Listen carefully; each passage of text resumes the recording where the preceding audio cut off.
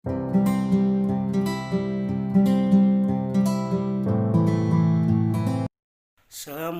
warahmatullahi wabarakatuh. Wabihi nasta'in wala umurid dunia waddin. Wassalatu wassalamu ala asrafil anbiya'i wal mursalin wa ala alihi wa sahbihi ajmain. Amma ba'du. Pertama-tama kita ucapkan puja dan puji syukur kita kehadirat Allah Subhanahu wa taala yang telah banyak melimpahkan nikmat kepada kita sehingga kita bisa berkumpul di pengajian pada siang hari ini. Salawat serta salam tak lupa kita curahkan kepada baginda besar Nabi Muhammad SAW yang telah membawa kita dari zaman kegelapan hingga ke zaman terang benderang seperti sekarang ini. Saya di sini akan menjelaskan sedikit tentang pemimpin yang harus ditaati. Satu kewajiban seorang muslim adalah taat kepada pemimpin. Ini didasarkan pada suatu kenyataan bahwa ketaatan merupakan sandi dasar tegaknya suatu kepemimpinan dan pemerintahan. Tanpa ketaatan dan kepercayaan kepada pemimpin, kepemimpinan dan kepemerintahan tidak mungkin akan berjalan lancar. Jika rakyat tidak lagi menaati pemimpinnya, maka roda pemerintahan akan lumpuh dan akan muncul fitnah di mana-mana. Atas dasar itu, ketaatan kepada pemimpin merupakan keniscayaan bagi tegak dan utuhnya suatu negara. Saya akan membacakan ayat tentang patuhnya kita kepada pemimpin di surat An-Nisa ayat 59. A'udzubillahi minasyaitonirrajim. Bismillahirrahmanirrahim.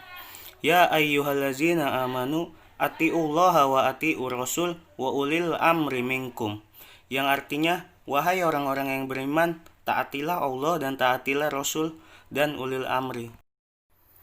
Di dalam hadis riwayat Bukhari dan Muslim juga disampaikan kepada kita untuk patuh terhadap pemimpin.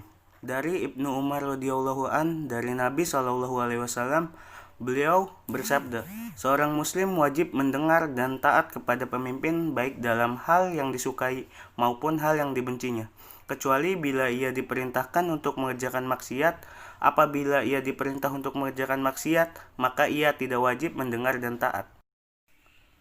Pemimpin ideal yang harus kita taati itu mempunyai 4 sifat, yaitu sidik, amanah, tablik, dan fatona. Sidik di sini tuh adalah kejujuran. Kejujuran merupakan syarat utama bagi seorang pemimpin. Masyarakat akan menaruh respek kepada pemimpin apabila dia diketahui dan juga terbukti memiliki kualitas kejujuran yang tinggi. Nah, pemimpin seperti itu wajib kita taati, kita hormati, dan kita ikuti. Sikap pemimpin yang jujur adalah manifestasi dari perkataannya, dan perkataannya merupakan cerminan dari hatinya. Yang kedua itu adalah amanah atau dapat dipercaya. Jika seorang pemimpin mempunyai sifat yang amanah atau dapat dipercaya, pemimpin akan senantiasa menjaga kepercayaan masyarakat yang telah diserahkan di atas pundaknya. Kepercayaan masyarakat berupa penyerahan segala macam urusan kepada pemimpin agar dikelola dengan baik dan untuk kemaslahatan bersama. Yang ketiga adalah tablik atau komunikatif. Kemampuan berkomunikasi merupakan kualitas ketiga yang harus dimiliki oleh pemimpin sejati. Yang keempat, fatona atau cerdas. Seorang pemimpin harus memiliki kecerdasan di atas rata-rata masyarakatnya sehingga memiliki kepercayaan diri.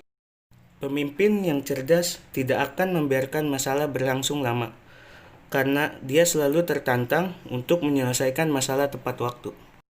Nah, itu dia adalah 4 sifat pemimpin yang harus kita taati. Jika pemimpin itu mempunyai sifat seperti 4 tadi, maka itu wajib sekali kita taati. Akan tetapi, ketaatan kepada pemimpin bukanlah ketaatan yang bersifat mutlak tanpa ada batasan. Taatan harus diberikan kepada pemimpin selama dirinya taat kepada Allah dan Rasul-Nya. Jika pemimpin tidak lagi mentaati Allah dan Rasul-Nya, maka tidak ada lagi ketaatan bagi dirinya. Seperti di hadis riwayat Bukhari dan Muslim, seorang muslim wajib mendengar dan taat kepada pemimpin, baik dalam hal yang disukainya maupun hal yang dibencinya, kecuali bila ia diperintahkan untuk mengerjakan maksiat. Apabila ia diperintahkan untuk mengerjakan maksiat, maka ia tidak wajib mendengarnya. Bahkan Rasulullah mengizinkan umatnya untuk memerangi penguasa-penguasa yang telah menampakkan kekufuran yang nyata. Riwayat Ubadah ibnu Samit disebutkan, dan hendaknya kami tidak menentang kekuasaan penguasa kecuali apabila kalian melihat kekufuran yang terang-terangan yang dapat dibuktikan berdasarkan keterangan dari Allah Subhanahu wa Ta'ala.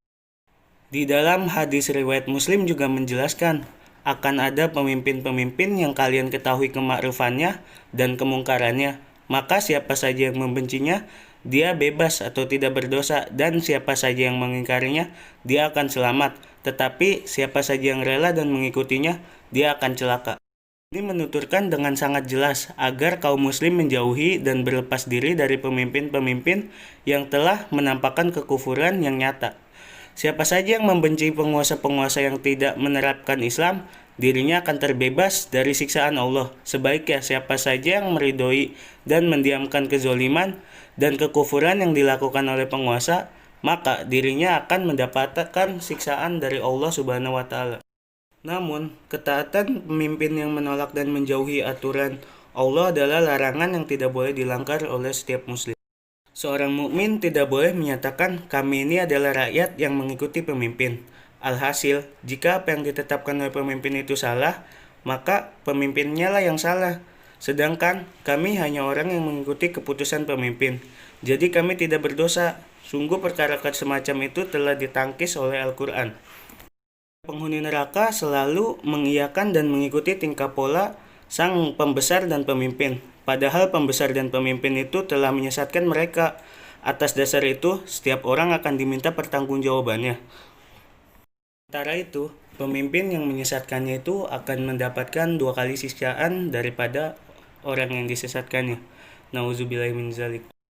Sekian ceramah singkat dari saya, kurang lebihnya mohon maaf. Ayo teman-teman, mari sama-sama kita membaca doa kafaratul majelis. Subhanakallahumma wa bihamdika asyhadu an la ilaha illa anta astaghfiruka wa atubu ilaik. Wabillahi taufiq wal hidayah. Wassalamualaikum warahmatullahi wabarakatuh.